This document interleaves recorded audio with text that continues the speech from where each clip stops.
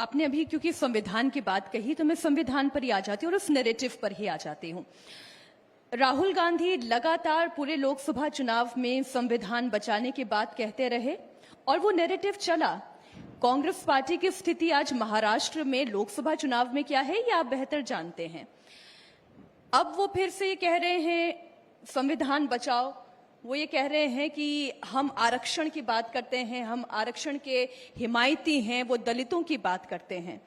ये नैरेटिव अगर चल पड़ा तो देखिए, ये जो फेक नैरेटिव था लोकसभा के समय में, हरियाणा, मैं इस बात को मानता हूं कि उन्होंने काफी सफलता से इस फेक नैरेटिव को लोकसभा के दौरान चलाया था, लेकिन हरियाणा के चुनाव में ये फेक नैरेटिव को डिबंक किया गया था, बस्ट किया गया।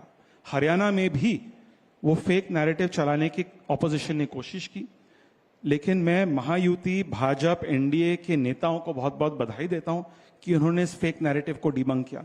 लेकिन राजनीति से दूर हटकर आज मैं आपको पूछना चाहता हूं, यहां उपस्थित नौजवान पीढ़ी से पूछना चाहूंगा कि आज यदि दुनिया का सबसे बड़ा लोकतंत्र का प्रधानमंत्री एक साधारण कॉमन सामान्य चाय वाला था, इसका साफ मतलब है कि भारत का संविधान मजबूत है। इसका साफ मतलब है कि भारत में लोकतंत्र मजबूत है। यदि आज देश का दूसरा सबसे बड़ा राज्य का मुख्यमंत्री एक सिंपल ऑटो रिक्शा ड्राइवर हुआ करते थे और आज देश का दूसरा सबसे बड़ा राज्य का मुख्यमंत्री है, इसका साफ मतलब है कि भारत में लोकतंत्र और भारत का संविधान मजबूत है। तो अल्टीमेटली जनता को तय करना होगा और मैं मानता हूं कि जिस प्रकार से मोदी जी, शिंदे साहब नेतृत्व महाराष्ट्र में और केंद्र में दे रहे हैं, people are impressed with that narrative. It is an aspirational narrative, क्योंकि जब नौजवान पीढ़ी, जो सबसे जरूरतमंद लोग ऐसे नेतृत्व को देखते हैं तो उनमें भी वो विश्वास पैदा होती है कि काश एक दिन मैं भी मुख्यमंत्री बन सकता हूं, एक दिन मैं भी दुनिया का सबसे बड़ा लोकतंत्र का प्रधानमंत्री बन सकता हूं। और इसी प्रकार से उस फेक नैरेटिव को बस्ट किया गया। लेकिन इस वक्त महाराष्ट्र में एक जबरदस्त कंफ्यूजन है। आप बताइएगा ये कंफ्यूजन क्यों है? क्योंकि यही मुंबई में लैंड करने के साथ साथ जब लोगों से बात करने पर यह पता चले कि असली सेना और शिंदे सेना, वो तीर कमान की लड़ाई असली शरद पवार वाली एनसीपी है या अजीत पवार वाली एनसीपी है, ये कंफ्यूजन लोगों के बीच में क्या महायुति के लिए खतरनाक नहीं है? देखिए, ये कंफ्यूजन लोकसभा में भी सेटल हुआ था, खास करके शिवसेना की बात यदि आप कहें। शिवसेना अंडर शिंदे साहब, उनकी स्ट्राइक रेट उभटा के शिवसेना से ज्यादा इंप्रेसिव थी, वोट शेयर ज्यादा इंप्रेसिव थी।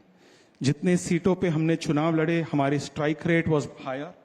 और विधानसभा चुनाव में भी मैं आपको गारंटी लिखित रूप में मैं आपको देने को तैयार हूं कि Shiv Sena under Shinde ji will score more seats as a strike rate as compared to Shiv Sena under Uddhav Thackeray ji. यानी उद्धव जी के साथ कोई सिंपैथी फैक्टर नहीं है। और इसमें देखिए, इसमें कोई भावुक मुद्दा नहीं है, ये केवल और केवल विकास, डेवलपमेंट, प्रगति पर आधारित है।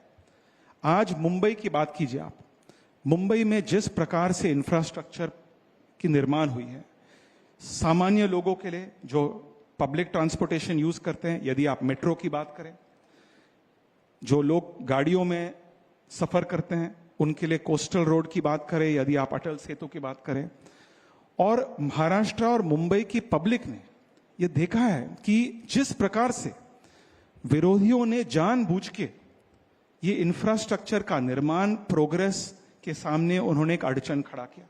मेट्रो का विरोध किसने किया? माननीय आदित्य ठाकरे जी ने किया, उद्धव ठाकरे जी ने किया।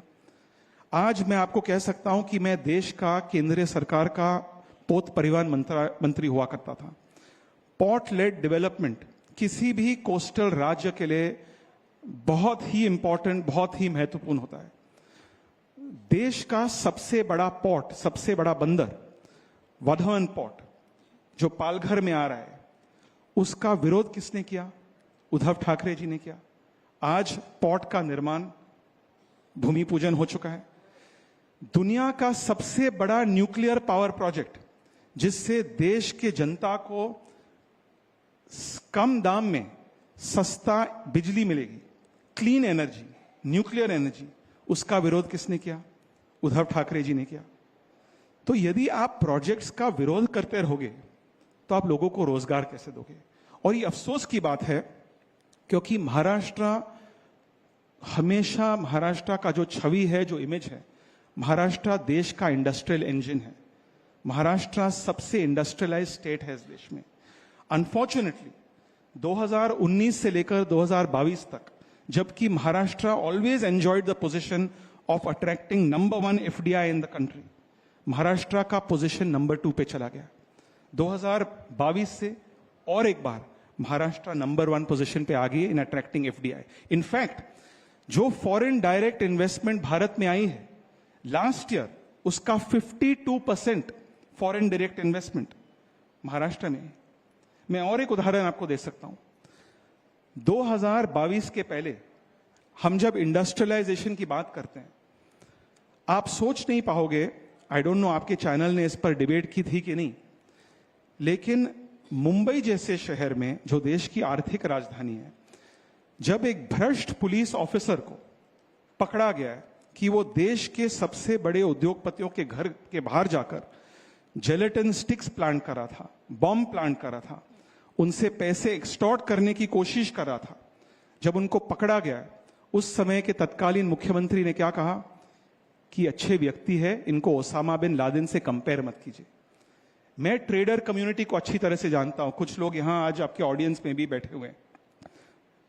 ट्रेडर कम्युनिटी से लेकर बड़े उद्योगपतियों तक उन्होंने कहा कि यदि बड़े उद्योगपति मुंबई में, महाराष्ट्र में सुरक्षित नहीं है, तो हम महाराष्ट्र में व्यापार क्यों करेंगे? आज रेड टेप से लेकर हमने रेड कारपेट उद्योगपतियों के लिए, व्यापारियों के लिए पैदा किया, और इसलिए आज महाराष्ट्र देश का सबसे बड़ा नंबर 1 एफडीआई अट्रैक्टिंग स्टेट है।